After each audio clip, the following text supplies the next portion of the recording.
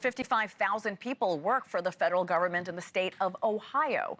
Our next guest, Democratic Congressman Greg Landsman, is from Ohio's 1st Congressional District. He's joining us now. Good morning, Congressman.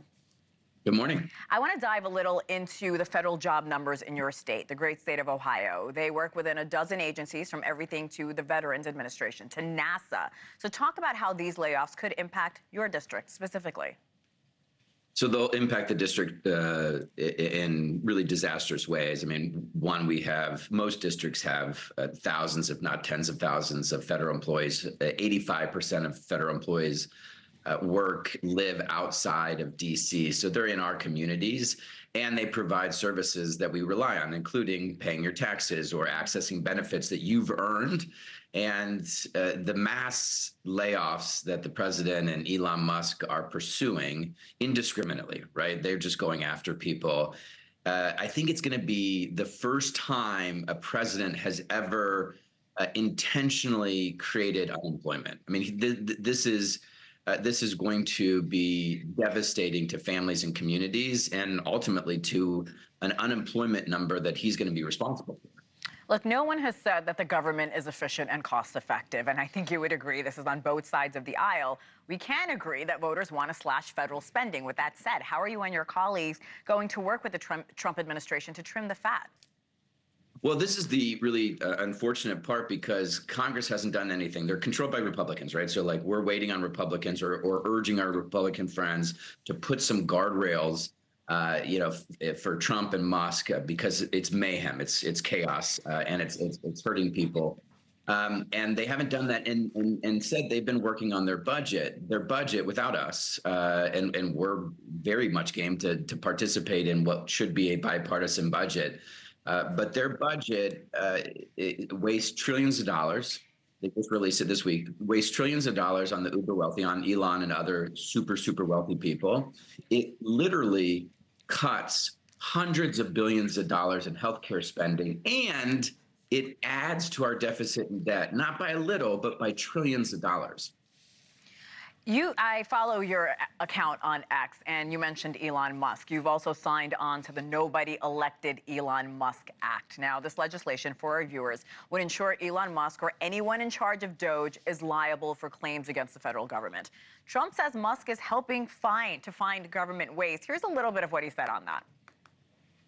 But I want to commend Elon, because he's done he doesn't need this. You know, he's abused by you people every day. He's found more things than anybody could find. He's found more things than anybody could find. Some Democrats have acknowledged there is waste, right? I mean, we can, I think, all agree on that. But what is your reaction on just how it's being handled, Congressman? Yeah, he doesn't need to do this is a really important comment that Trump mentioned. Let's follow the money. Elon Musk is the world's richest person. He's the person who's most likely going to become the first trillionaire, which is insane. He gets a ton of federal contracts, and we're talking about tens of billions of dollars from our government for Tesla, for SpaceX. And then he bets $200 million on Trump, gives that money to Trump for his campaign. Trump wins. Trump then turns and gives Musk the keys to the federal government. He hacks the data system, the payment system. He's getting rid of all this money, taking cash. And all the while, he's becoming richer. So the markets know that because he gets so much money in federal contracts, they're investing more in him. So his net worth has gone up by hundreds of billions of dollars. He's halfway to becoming the world's first trillionaire. That is waste, fraud, and abuse. I do want to talk about the economy as well. Everything is more expensive. Cost of groceries, housing, gas. Trump says prices will come down. Here's what he said. Oh, I think what's going to go up is jobs are going to go up, and prices could go up somewhat short term, but prices will also go down. What do you want to see done to help the pocketbooks of your constituents?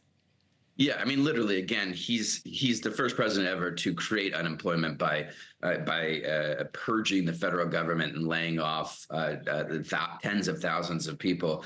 But the challenge is, and the American people are seeing this, you're starting to see this in the polling, and I'm hearing it here in Southwest Ohio, is that all of the things that he has been doing, zero of those things have to do with lowering costs and improving the economy. In fact, because he's started these trade wars, and he's refusing to negotiate lower prescription drug prices for seniors. Costs are going up.